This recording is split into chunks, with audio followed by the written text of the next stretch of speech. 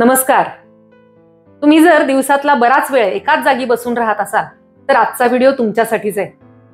तुम्ही नाही तर तुमच्या कुटुंबातील कोणीतरी दिवसभर कुठल्याही निमित्ताने जर बसून राहत असतील तर त्याचे आरोग्यावर काय परिणाम होतात, त्यासाठी काय करायला हवं हे आपण आजच्या व्हिडिओतून पाहणार आहोत. सध्या अगदी लहान शाळकरी मुलांपासून वृद्धांपर्यंत सगळ्यांच्या हालचाली कमी झाल्यात आणि बसण्याचा वेळ किंवा सवय वाढते.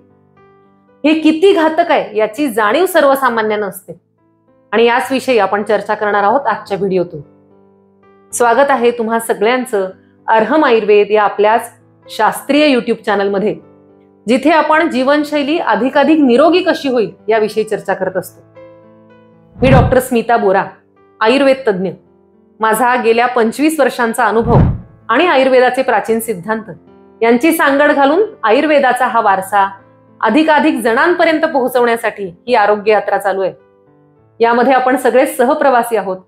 तुमचा पाठिंबा हवाच, म्हणूनच अजूनही चॅनल सबस्क्राईब केलं नसेल तर अवश्य करा. सगळ्यात आधी तुम्हाला एक गोष्ट सांगते.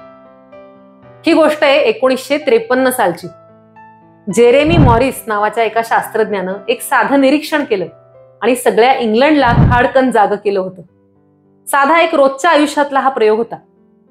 लंडन मधली प्रसिद्ध डबल डेकर बस आहे. त्यातल्या ड्रायव्हर्सना हृदयविकाराचा धोका त्याच बसच्या कंडक्टरपेक्षा दुपटीनं जास्त होता, असं निरीक्षण या प्रयोगातनं मांडलं गेलं.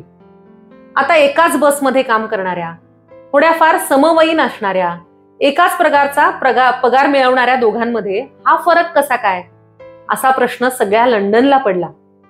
त्यावर मॉरिस यांनी आपल्या प्रयोगातून मिळवलेलं उत्तर असं होतं की या बसच्या कंडक्टरला सतत उभं राहावं लागतं आणि सतत जिन्यानं वर खाली करावं लागतं डेकसाठी. परत पायऱ्या उतराव्या लागतात. म्हणजेच त्यांची शारीरिक हालचाल ड्रायव्हर्सपेक्षा जास्त होते. त्यामुळे त्यांना हृदयरोगाचा धोका कमी संभवतो. थोडक्यात बैठं काम करणाऱ्यांना विविध आजारांचा जास्त त्रास होतो, हालचाल करणाऱ्यांना कमी धोका असतो. इंग्लंडचेच नाही तर संपूर्ण जगात या प्रयोगावर विचार झाला. सगळ्यांचे डोळे उघडले. खरं तर आता हा प्रयोग इतिहास जमा झाला असला तरी मॉरिस यांनी दाखवून दिलेलं जे सत्य आहे ते दररोज अधिकाधिक अधोरेखित होतंय, ठळक होतंय.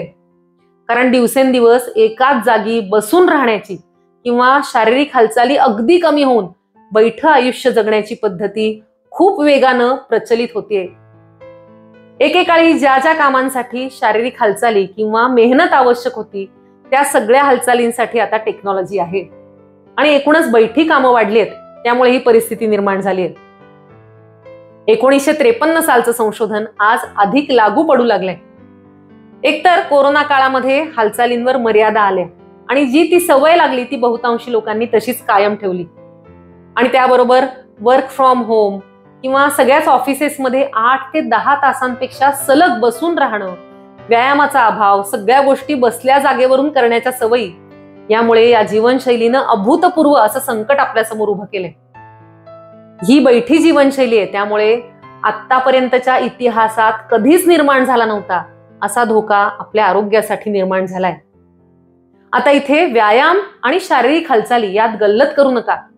दिवसभरात एकदा व्यायाम केल्यामुळे पूर्ण दिवस बसून राहिलं तरी चालतं असा गैरसमज होण्याची शक्यता असते. त्यामुळे शारीरिक हालचाली करत राहणं आणि व्यायाम करणं या दोन्ही संकल्पना वेगवेगळ्या आहेत हे लक्षात घ्या. सतत बसून राहिल्यामुळे सगळ्यांनाच त्रास होतो. फक्त व्यायाम करणाऱ्या व्यक्तीला कमी त्रास होईल, पण बैठं आयुष्य माणसासाठी धोकादायक आहे. अयोग्य जीवनशैलीमुळे येणारे आजार कमी करण्यासाठी आठवड्याला साधारण 150 मिनिटं व्यायाम करणं आवश्यक आहे असं मानलं जातं. ऑस्ट्रेलियाच्या मेलबर्न मध्ये असणाऱ्या डायकिन युनिव्हर्सिटी मधल्या एक तज्ज्ञ आहेत, डेव्हिड डन्स्टन, यांनी बसून राहण्याचे आपल्या आरोग्यावर कसे परिणाम होतात यावर खूप सखोल संशोधन आणि अभ्यास केलाय. त्यात पहिला निरीक्षण असं आहे की सतत बसून राहिल्यामुळे किंवा दीर्घकाळ बसून राहण्याच्या सवयीमुळे आपल्या मसल्सच्या ज्या मुवमेंट्स आहेत त्या कमी होतात. कारण एकदा खुर्चीत बसलं की सगळी जबाबदारी खुर्चीच सांभाळते. आपले स्नायू किंवा मसल्स आपल्याला वापरावेच लागत नाहीत. आता मसल स्ट्रेंथ किंवा मसल्स कमी झाल्यामुळे काय होतं? स्नायूंची, मसल्सची हालचाल कमी झाल्यामुळे चयापचय क्रिया म्हणजे मेटाबॉलिक रेट स्लो होतो. पायाच्या स्नायूंना रक्ताची कमी गरज लागते, तिकडे कमी रक्त पुरवठा होतो. मग रक्तप्रवाह कमी झाल्यामुळे वाहिन्यांचा आकार कमी होतो आणि आपण एका सायकलमध्ये सापडतो. हे जे सायकल आहे ते आपल्याला हाय बीपी आणि हृदयरोगापर्यंत घेऊन जातं. आता स्नायू किंवा मसल्स काय काम करतात, त्यांची गरज का असते, तर कुठल्याही हालचालीसाठी आवश्यक असणारे स्नायू कोणते ते आपण पाहू. स्नायू किंवा मसल्स हे आपल्या शरीरात वेगवेगळ्या प्रकारच्या टिश्यूजमुळे तयार होतात. आपल्या सगळ्या हालचालींसाठी हे टिश्यूज किंवा मसल्स आवश्यक आहेत. चालणं, पळणं, कोणतीही वस्तू उचलणं, अशा सगळ्या हालचालींसाठी मसल्स आवश्यक असतात. त्यामध्ये 3 प्रकार आहेत: स्केलेटल, कार्डियक आणि स्मूथ. स्केलेटल मसल्स हे आपल्या हाडांना जोडलेले असतात. कार्डियक म्हणजे हृदयामध्ये असणारे स्नायू असतात, ते ब्लड सर्क्युलेशनच्या कामात बिझी असतात. आणि तिसरा प्रकार म्हणजे स्मूथ मसल्स, ब्लड वेसल्स किंवा इंटेस्टाईन्स अशा अंतर्गत अवयवांमध्ये असलेले स्नायू. आता आपलं रोजचं आयुष्य सुकर होण्यासाठी रोज सगळ्या स्केलेटल मसल्सना काही ना काही हालचाली होणं आवश्यक आहे. यांची संख्या जवळजवळ 600 आहेत. त्यांचं काम नीट होत राहणं खूप आवश्यक आहे. शारीरिक हालचाल कमी झाली तर वय वाढत जाईल तसं, किंवा कुठला आजारपण, दुखापत अशा स्थितीमुळे मसल लॉस होतो आणि त्याचा आरोग्यावर खूप विपरीत परिणाम होतो. आता दुसरा परिणाम, दीर्घकाळ एकाच जागी बसल्यामुळे होणारा रक्तातील साखर आणि इन्शुलिनचं प्रमाण नियंत्रित राखण्याची जी शारीरिक क्षमता आहे ती बिघडते. त्यामुळे टाईप 2 डायबेटीस, अँझायटी, डिप्रेशन, लठ्ठपणा, बीपी, कोलेस्ट्रॉल वाढणे किंवा स्ट्रोक, हार्ट डिसीज असे अनेक आजार होऊ शकतात. दुष्परिणाम नंबर 3, दीर्घकाळ एका जागी बसल्याने पाठीच्या स्नायूंवर ताण येतो, मणक्यांच्या समस्या निर्माण होतात. पाठदुखी, मानदुखी, ऑस्टिओपोरोसिस, व्हेरिकोज व्हेन यासारख्या आजारांना यामुळे निमंत्रण मिळतं. दुष्परिणाम नंबर 4, यामुळे मृत्यूदर वाढतोय. हृदय आणि रक्तवाहिन्यांसंबंधीचे जे रोग आहेत, कार्डिओव्हॅस्क्युलर डिसीजेस, शिवाय डीप ब्रेन थ्रॉम्बोसिस, डीबीटी ज्याला म्हणतात, त्याचा धोका वाढत चाललाय. कारण शरीरात ज्या खोलवर ब्लड वेसल्स आहेत त्यामध्ये क्लॉट्स तयार होण्याचं प्रमाण यामुळे वाढते. 5वा दुष्परिणाम, मनाचं काय? ब्रेक न घेता सतत बसून राहिल्यामुळे शारीरिक आरोग्याबरोबर मानसिक आरोग्य सुद्धा बिघडतं. एका जागी बसून राहिल्यामुळे शारीरिक त्रास होतातच, पण त्याहून अधिक पोट सुटणं किंवा वजन वाढणं, मेटाबॉलिझम मंदावणं या त्रासांमुळे मानसिक आरोग्य सुद्धा बिघडतं.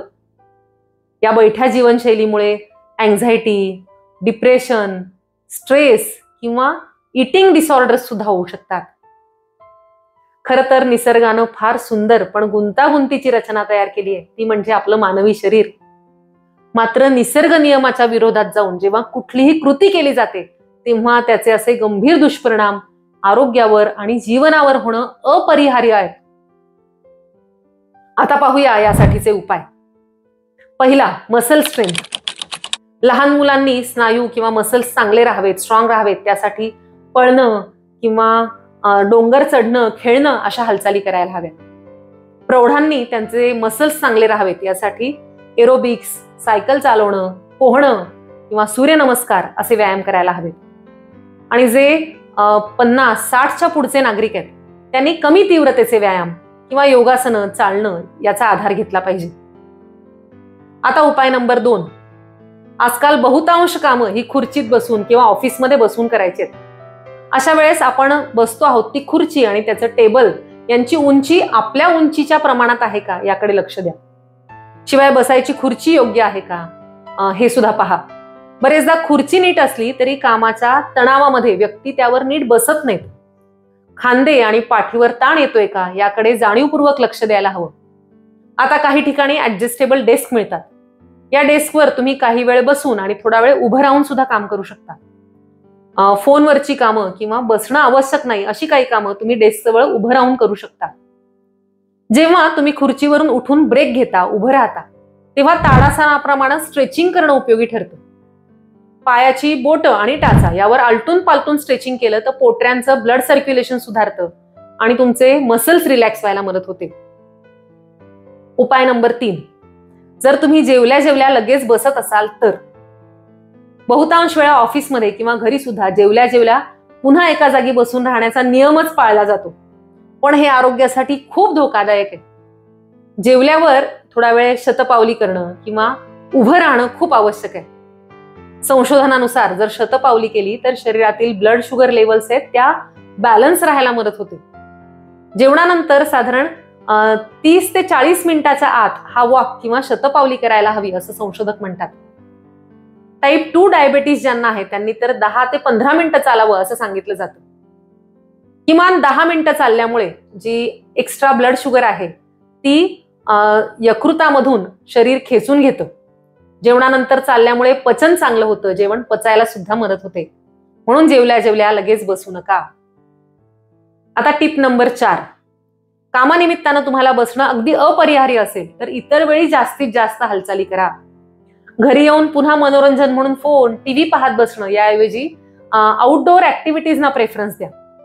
जेव्हा बसावं लागेल, बसण्याची संधी मिळेल तेव्हा मांडी घालून बसणं, वज्रासनात बसणं सर्वोत्तम.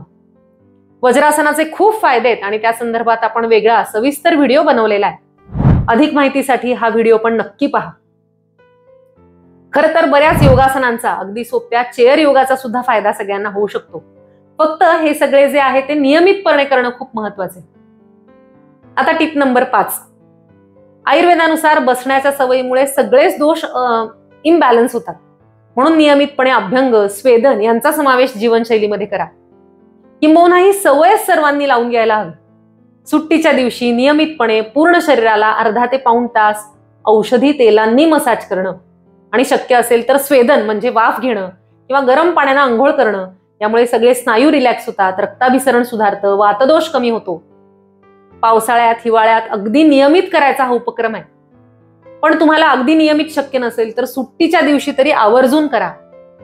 आणि यासाठीच आपलं अर्हम बॉडी मसाज ऑइल आहे ते प्रत्येकाच्या घरात असायला हवं. आबालवृद्ध सगळ्यांनी आठवड्यातून एकदा का होईना अभ्यंग म्हणजे पूर्ण अंगाला तेल लावून केलेला मसाज खूप बेनिफिशियल ठरतो.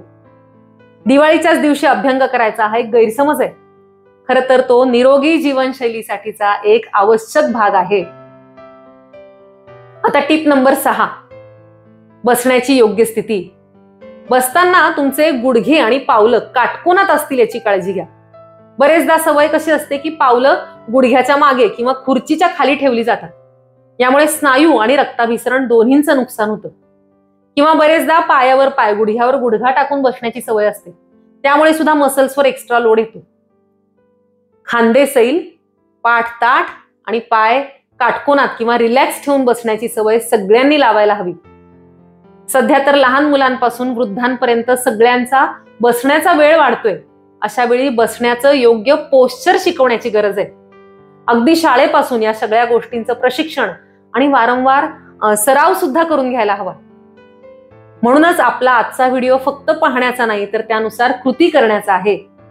लहान मुलांपासून वृद्धांपर्यंत सगळ्यांना ही माहिती आवश्यक आहे याची मला अगदी खात्री आहे.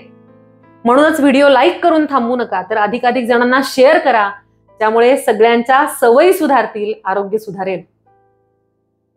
चॅनल सबस्क्राईब केले ना, कारण तुमचा पाठिंबा म्हणजे आमचा उत्साह आहे.